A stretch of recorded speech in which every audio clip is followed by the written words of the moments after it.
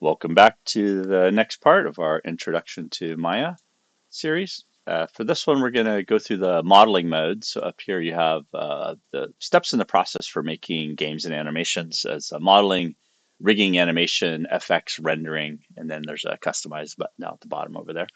So to start off with, we're going to look at the primitive shapes. Primitive shapes are right up here under polygon modeling. You have sphere, cube, cylinder, and cone. You can also go up here to the create pull down and go to polygon primitives. Uh, in particular, if you make a polygon primitive, so if I just go up here and I click on cylinder, it's going to make a itty bitty cylinder in the center of my scene. And remember, F for focus is going to bring it up and center it into the screen.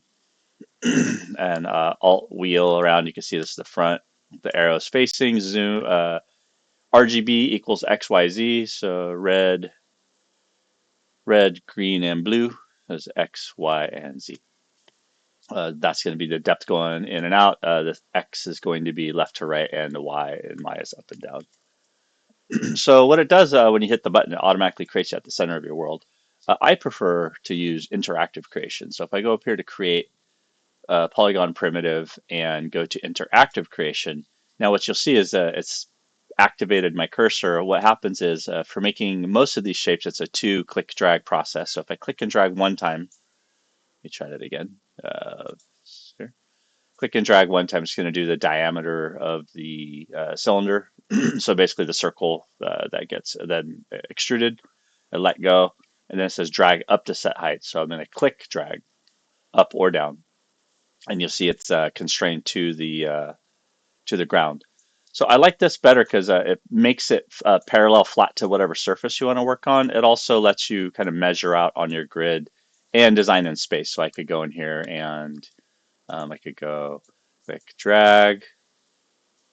Let's see, do another one, click drag, and another one, click drag, and then I'll do the cube, which I'll look at the top down. I'll click across one time and then drag up just a little bit. And what this does is this kind of helps me craft and create things in space directly where I want them to be. Remember, Q, select, move, rotate. If I want to rotate these around, do like a ramp, do some architectural modern art type of stuff. Then R to scale. Each of these has their own gizmos. At the front point, will constrain to the axis. So if I click on just the red tip arrow, it's going to only go in that axis. Even if I go up, down, if I go left, right, that's going to go. If I click on the green, you always want to alt and left mouse button to a good view angle so you could clearly see the directionality of your gizmo point. So that one's going to go on the y-axis up and down and not go left, right, or forward and backward, just up, down. And then Z is going to do the depth going forward towards the screen and back. And it's not going to go left to right. Now, if I do the perpendicular box right here, it's going to go to the 2 axes to each side of that box. So that way it's going to go now, it's constrained to 2 planes. So it stays flat on the y-axis, but it then lets me go left, right, forward, and backward. Uh, Optionally, if I'm looking at it from the front viewport, if I want to move it both on the X and Y axis, I grab the control box in the middle. Again, I can go to a little angle, make sure I'm grabbing the right one. And now it's going to go up, down, left, right, but not forward and backward on the Z. And so the same thing here. If I want to go up, down, and forward, backward, I click on this one. And that lets me go forward and backward, up and down, but not the left to right one on there. On the rotational axis, same thing. So it's going to rotate just on X, just on Y, and just on Z. Now these stay constrained when you're rotating space to the local axis. So we'll talk about that in a moment. Here's the same thing for scale. So if I want to scale on one axis alone, just click on that little corner. So it's easy to see like this. If the 2-axis little square is right behind the 3 axes or the 1-axis box, it's easy to actually get them mixed up when you're clicking. So it's always good to rotate around so you get to a nice clear angle, and then you can change that around. Same thing if you want to do 2 axes at once, click on that. Click on this one. There we go. And click on that one. So you can make it wider. So you could do your timber, your lumber, your floors, walls, ramps, whatever you need to do. Go back to Q, select, marquee, drag across, and hit delete. And that should give you a nice empty space to work again. Next thing we should talk about would be the settings boxes. So up here, if I go to create and go to standard polygon primitives and go cube, there's little boxes. Whenever you're learning and you're about to use a tool and you're not sure, it's good to use the settings box and open it up. So if I click on this, this gives me some settings, some specifics. So if I wanted to make it um, 100 centimeters wide, 100 centimeters tall, and 10 centimeters deep, like a wall piece, for instance. And I want to give it more subdivisions inside. So let's go 3, 3, and 3. And I click one time now. What it's going to do, if I just single click, it's going to remember what I had in the settings box. It's going to give it 3 divisions. So let's see, 1, 2, 3, 1, 2, 3, 1, 2, 3, just like a tic-tac-toe board. And I can turn off my grid for a moment so you can see a little bit more clearly. And that's under the settings box. So now if I turn this grid back on again, and that was using the cube, right? And I click again, you see it's going to remember that. Or if I turn on the settings box and I click and drag, it's going to turn back on interactive creation. So you have the option of doing a single click and having specific proportions put at the click location, or you can still click and drag and do interactive creation. Or you could go back to polygon primitives, turn off interactive creation. And then if I click the button again, it's going to go back to creating it a little one by one at the center of the world, the default Maya way. So I prefer these two, one of these two methods, but there are times where you want to create something at the center like that. You hit delete. You can select them in the outliner, which is right over here. If you lose your outliner and you're working like that, you can hit space bar, and you want to see what's in your scene. You got to click on this little button right here for the outliner, blanking on the shortcut key for it right now. But you see it's going P cube 1, P cube 3, P cube 2. So 1, 2, 3, that's their name. You can double click in here and you can rename them. We'll talk about good naming conventions a little bit later. But after you've done that, what's good to know is you have the attribute editor. So up here in the top right hand corner, you have the modeling toolkit, which gives you the core modeling tools you need to do most of your 3D modeling. You have the human IK system, toggle character controls, which creates a biped rig for you. You have the attribute editor right here. So attribute editor hides and controls. This gives you the options to change these settings. So if I wanted to give more divisions here, and for the height some more divisions, but less for the depth, right? Give the distribution of the edge loops of the quad meshes in here a bit more even distribution. You can play with that in here inside the tab after you've already created it, right? So you're not stuck with whatever you've chosen when you first begin. Also the shading groups and other pcube information here, but we'll get back to that a little bit later. But the attribute is where you're really going to find out the details of any object you have in here, whether it's a camera. You see the cameras you have here is a perspective camera. Each of these cameras are the cameras that are used to actually show what's inside the viewport. So you can see the perspective camera actually is the camera that we're moving around here and zooming in and out. There's actual attributes to that camera. It's pretty cool. Here's the tool settings. So this little hammer with the dot. So what I like to do is click on the tool settings, take this, and I like to dock it next to my outliner. So here's the outliner tab. Here's my tool settings. I'm going to click and drag it inside of the outliner. If I messed it up there, let's try that again. Right there. There we go. So I want them side by side. I prefer not to have it stacked. So if I did that, it stacks it above and the outliner's down here for whatever reason. So I take that out and then put it back. And just play with your tabs and how your settings are. We'll save the tabs here in just a moment and see how that works. Let's look at the viewport settings for how we're looking. So this is, I think at least for my classes, I think it's really important to be able to see your edge loops while modeling and you're setting up your scene. So for that, I go up here to shading and Alt 5 if you want to save that on your shortcut keys. That's going to turn the wireframe on the shaded so you can actually see the wires now on the shaded model and the gray shaded model. It's a default shader. The other one on there is X-ray mode. For that one, there's a little tiny box right here.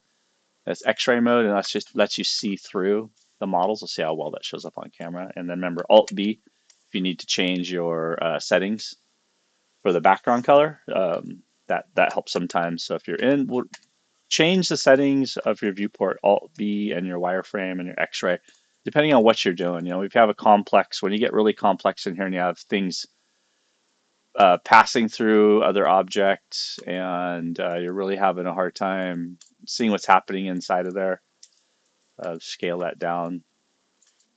There we go. So that's passing through. A lot of times you want to see, okay, is that passing through? How much? And you can even use your orthographic viewports with F, F, and F. And they have their own settings, of course. So the blue gradient tends to be the one of the things of viewport settings of choice for the background color. There we go. So if I hit now the X-ray mode, you'll see I still have to hit Alt 5 to see the wireframe. So this lets me see both my grid, the wireframe, which object's passing through which object, and what the wireframe is on those particular objects in the scene that I'm working on. So that's how I like to work on these types of objects. Turn the grid setting back on again, and we'll turn X-ray mode off. If you're working on multiple scenes, multiple parts in the scene, what you can also do if you want to just work on this one is do the isolate selections. If I go up here to isolate, it's going to isolate everything and hide it. And if I click that again, it's going to unhide everything else. That's a really quick way to work on just what it is you need to see. Turn on X-ray mode, you can get in here, make changes, and then turn off X-ray mode, turn off isolate mode. And that helps you kind of maneuver around. So if I wanted to just play with some boxed pieces, what I would do is I'll marquee drag across this. I'll just hit the delete key and I come up here to the cube settings, and the tool settings is right here. So if I hit on the cube, oops, I turned off the interactive creation. I should create polygon primitive, or go back to interactive creation, and I activate this. Now this becomes active, and I can give it 3 by 3. So making a little Rubik's cube, so a little 10 centimeter Rubik's cube. So I can go in here and go 10, 10, and 10, each of 3 subdivisions. And if I click one time right there and then hit F on the keyboard, there's my little Rubik's cube. And we could do some Minecrafty, Robloxy type of stuff in here. So I could just take this piece here, just using the select, move, rotate, scale. And we can scale this up just on the 2 dimensions, or we could bring it up so we can make it like a little Minecraft character. If I want to duplicate something, you can do a control copy and control V and paste. That will work. And then I can just scale this body so I can make it a little bit taller, a little bit wider. There we go. Just kind of maneuver these around. And take this. So Control D will also duplicate whatever you're working on. That's Control C, Control V. It's kind of shortcut. I can scale this in. So just picking 2 axes at a time to scale in a cube like that. If it did need a neck, probably doesn't, but give him a neck anyway. There we go. And marquee drag across to do multiples. If I want to deselect, hold down Control. You see the minus sign comes up, so that will take away 1 object at a time for my selection. If I hold down Control plus Shift, you see the plus sign turns on. I can add to my selection now. Now those are part of the same selection.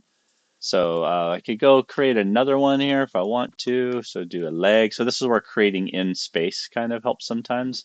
So I could click and drag across what I want the width of the leg to be, and then I can click and drag up into the body. There we go. And now I have like a little leg to, put there, and then Control D, duplicate it, bring it over. And now if I want to reuse the parts that's already there, I can take this piece, duplicate it, bring it up here to the side, hit E on the keyboard.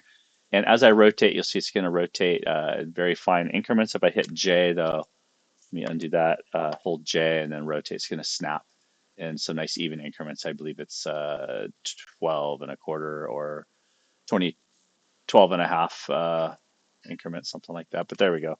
So now I've created my little Pez head character. I want to make maybe the arms a little bit smaller than the legs. So I'll just go to my scale, or go to the main box in the middle. It's going to do all 3 axes at once. So that'll scale the whole thing down a little bit, and I can move that in.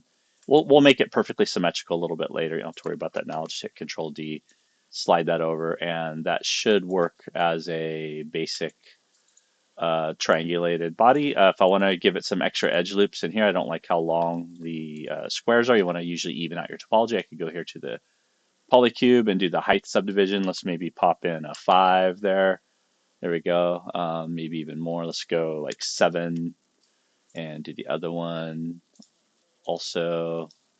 Oh, it looks like after you duplicate it, I couldn't. So it's okay. I'll just delete that and just duplicate that again. Bring it over and then delete these. Control D, E, or W, move it up. Hit the E on the keyboard. Hold down J to snap the rotations. There we go. Bring it over and then Control D one more time. And there we go. Now, if I want to even these up, I can hit spacebar and go into my orthographic views and just hit F. Again, Alt 5s so you could see the edge loops on there a little bit easier. So you can see this one here. This looks pretty good. So this should be ready. I can go ahead and I can rig and animate this Mixamo. It should give me a little character. But if I want to make some subtle changes to this, one thing I can do is play around with the pivot point. So I'm going to click on this leg, grab this one, and I'm going to hold down D. D activates the free transform for the editing the pivot. You see right there in the settings, right? So a little square so I can actually move this around. Now you can make the pivot snap to a line to an edge. You can have it snap to a face. You can have it also snap to a vertex. So it's pretty useful. However, if I reset that pivot point, hold down D and then X, X is going to see little magnets if it ever snaps.